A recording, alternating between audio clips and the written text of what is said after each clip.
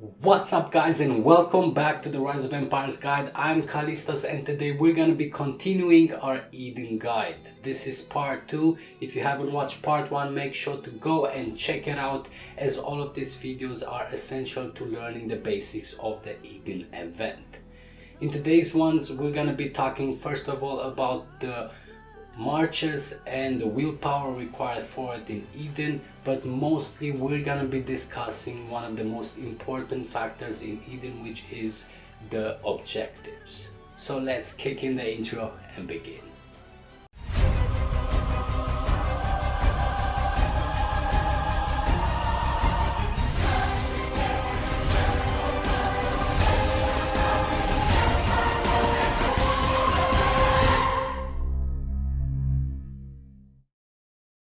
Okay, so first of all, let's talk about the marches in Eden.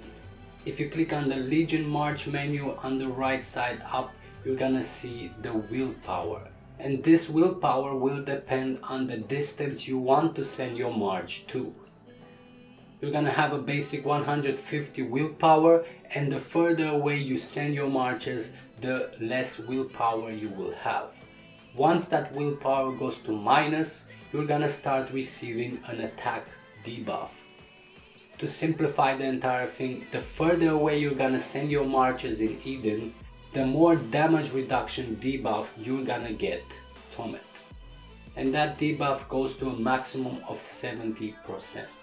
These stats can also be found in your battle reports, and remember that this also applies to reinforcements since the recent updates. Now, as stated in the previous video, the Eden map is big and is divided into different sectors. On them you will find also the objectives, which are the main focus for winning Eden. The available objectives on the map are gates, towns, capitals, and last in the center, the temple. Each of them, once occupied, is gonna give that respective guild points in the general Eden guild ranking. And that ranking defines who wins what rewards. The schedule for attacking these objectives is pretty much the same as the Rock Wars. You have them on Tuesday, Thursday and Sunday where you can attack them. If you ever encounter an objective that shows you the timer that it might become available in any other given day than the ones I just mentioned, don't worry, this is just a visual bug which still hasn't been fixed. Throughout the duration of the fixed days, you can attack and occupy the objectives by bringing their durability down to 0. Once occupied, the objectives are gonna receive a protection status, which is gonna prevent any other guild from attacking them till the next objective day.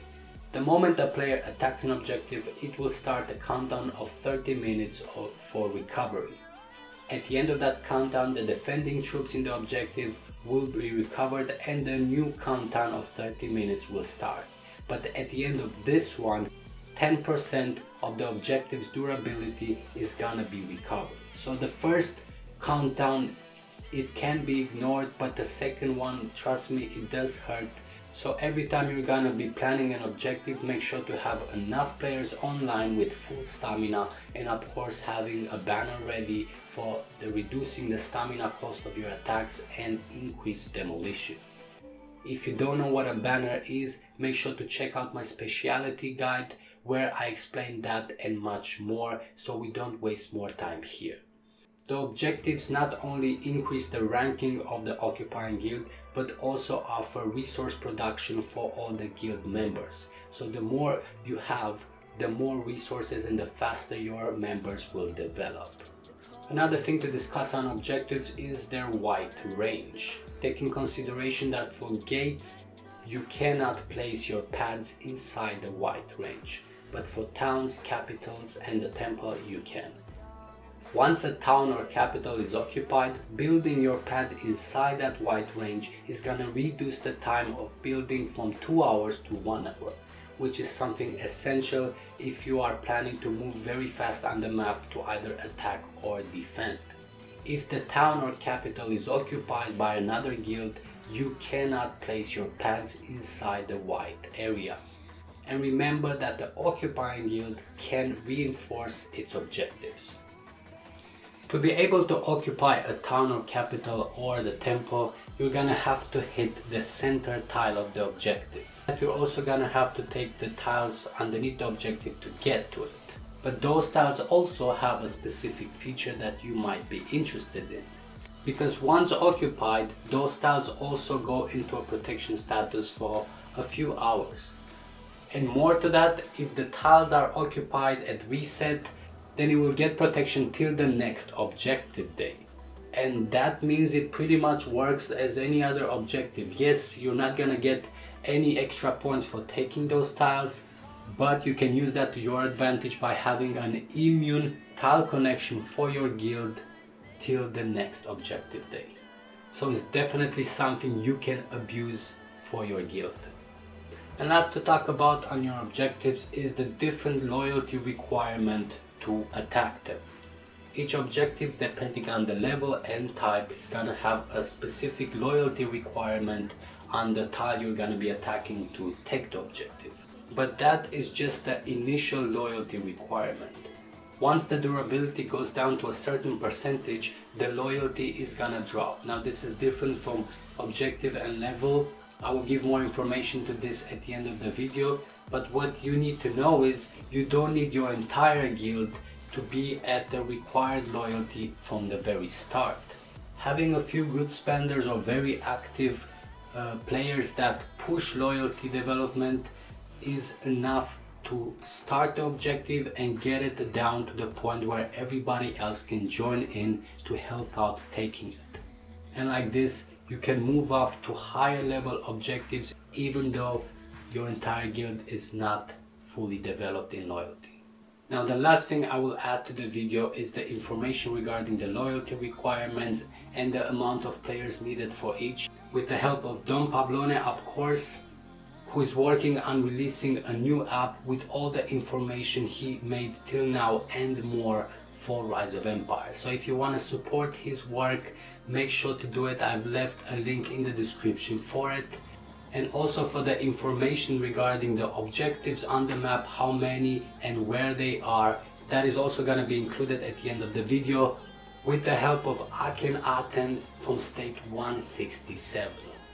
But before I show you all that, I need to tell you about the sponsor for today's video, which is Huawei Appgallery, and their offer, which is still available till the 14th of November. So make sure you get those discounts while it's still up. The Huawei Appgallery app is for Android users only, but installing BlueStacks and using that, you can also have it on any other device. You will have to change your country to Switzerland and therefore the currency to the Swiss franc. And then from the campaign menu, you can go and check out the new Royal discounts and all the info about it. Everything from amazing coupons which you can use to get a discount on your purchases to 15% cashback, which means 50% from your purchases will come back as Huawei points. The payment available for this are PayPal, debit and credit cards issued in the EU, US, Australia, Canada and the UK. All the info and all the links are in the description below, and if you have more questions regarding this, please go on their Discord channel, which again is in the description, and ask it there. And with all this out, I'm finishing the video here. I will leave you with the tablets of extra info for your R4s and R5 to make it easier to make the planning for your first Eden. And I will probably see you in the next video where I think I will close up the Eden guide.